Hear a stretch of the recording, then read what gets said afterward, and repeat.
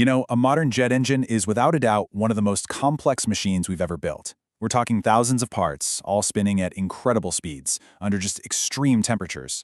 So the real challenge isn't just making it work, it's predicting when one single, tiny part might fail.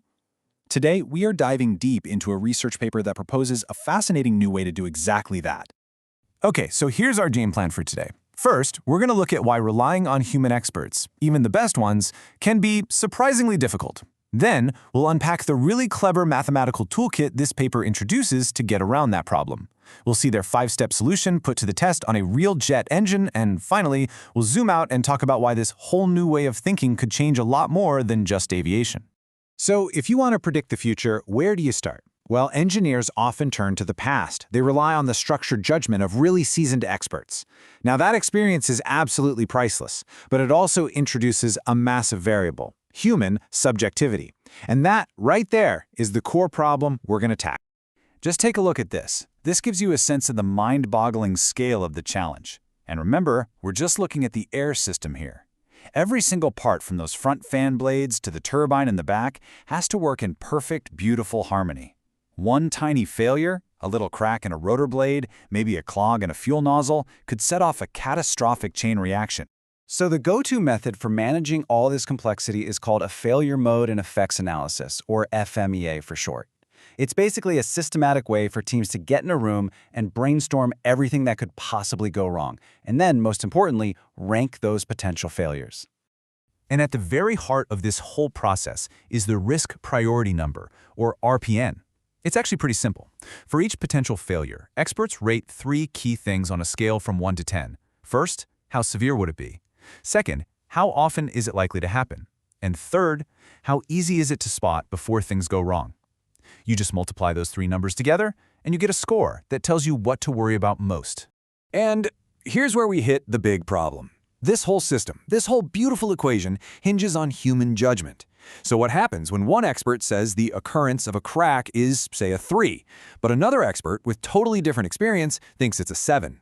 How on earth do you combine those fuzzy, subjective, and sometimes totally conflicting opinions to get a clear picture of the real risk? So how did the researchers get around this? Well, they didn't throw out the expert opinions, that would be crazy. Instead, they built a mathematical framework to process all that disagreement and, find the signal in the noise. You see, traditional FMEA just hits a wall when experts can't agree. It doesn't have a good language for nuance. It can't really capture an expert saying, well, I'm about 80% sure this is a minor risk, while another one is insisting, no, I am absolutely certain this is a major one. The whole system just needed a way to translate that very human uncertainty into hard math. Okay, so their first tool is something called Dempster-Shafer evidence theory. I know, it's a mouthful, but the best way to think about it is like a detective interviewing a bunch of different witnesses. Each witness gives you a piece of the story, right? DS theory is just a formal set of rules for fusing all those stories together, even when they conflict, to figure out what most likely actually happened. Their second tool is something you probably remember from school, the Gaussian model, or the good old bell curve. But they use it in a really clever way here, to model how much the experts' opinions overlap. Are their judgments all over the place, or do they kind of cluster around a general agreement? Understanding this helps the system weigh each individual assessment much more intelligently. All right, so we've got these 2 pretty cool but abstract mathematical ideas. But how do you actually use them? Well, now we're going to see how they get forged into a concrete, repeatable process. This is where the math really gets its hands dirty in the real world of engineering. And this is the new roadmap. This flowchart guides us all the way from the raw, subjective ratings of the experts at the beginning through all the heavy mathematical lifting done by DS theory and the Gaussian model, and it delivers us to a single, ranked list of objective risks at the very end. Let's just walk through it real quick. Step 1, you define the rules of the game, that 1 to 10 scale. Step 2, you convert each expert's opinion into a mathematical format, basically assigning a weight to their judgment. Step 3 is the magic. You fuse all those judgments together using DS theory. 4, you calculate a new, more robust risk score. And finally, you rank the failures so you know exactly where to focus your attention. Okay, so this all sounds fantastic in theory, right? But the real question is, does it actually work? Well, the researchers applied their method to a real-world case, the air system of a dual-rotor civil turbofan engine. Let's see what they found out. And they didn't hold back.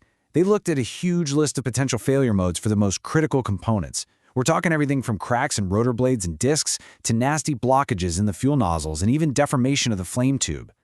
So check out these charts. The red line, that's the old way, basically just averaging what the experts said. The black line is their new, smarter method. Now notice how, for the most part, they track pretty closely together. That's good. It tells us the new system is reliable, but the real magic is in the places where they start to pull apart. That's where the new method is making some really critical adjustments. And when we zoom in on a few specific failure modes, the value here becomes crystal clear.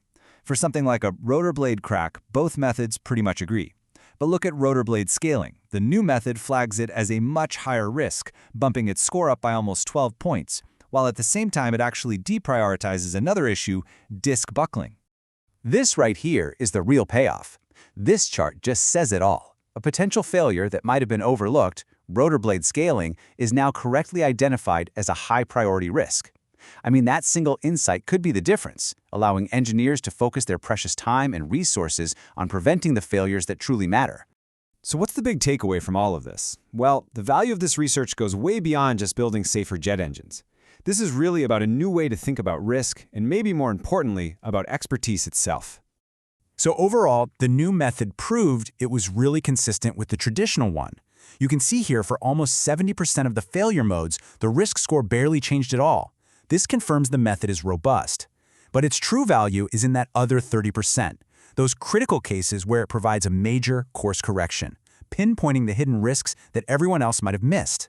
The authors themselves point out the key advantage here. They say their method is flexible. It allows you to model that messy human element, like how much experts might influence each other, and you can incorporate that directly into the risk calculation. And this is where the idea truly takes off. This isn't just for engines. I mean, imagine using this exact same framework to combine diagnoses from different doctors, or to synthesize risk assessments from a team of financial analysts. Any field that depends on weaving together multiple expert opinions to make a really high-stakes decision could absolutely benefit from this. And that leaves us with this final, really fascinating question. As we develop more and more powerful AI and gather more data than ever before, our biggest challenge won't be choosing between human experts and algorithms. It's going to be finding the smartest, most effective ways to make them work together. And this research offers one really powerful blueprint for how we might do just that.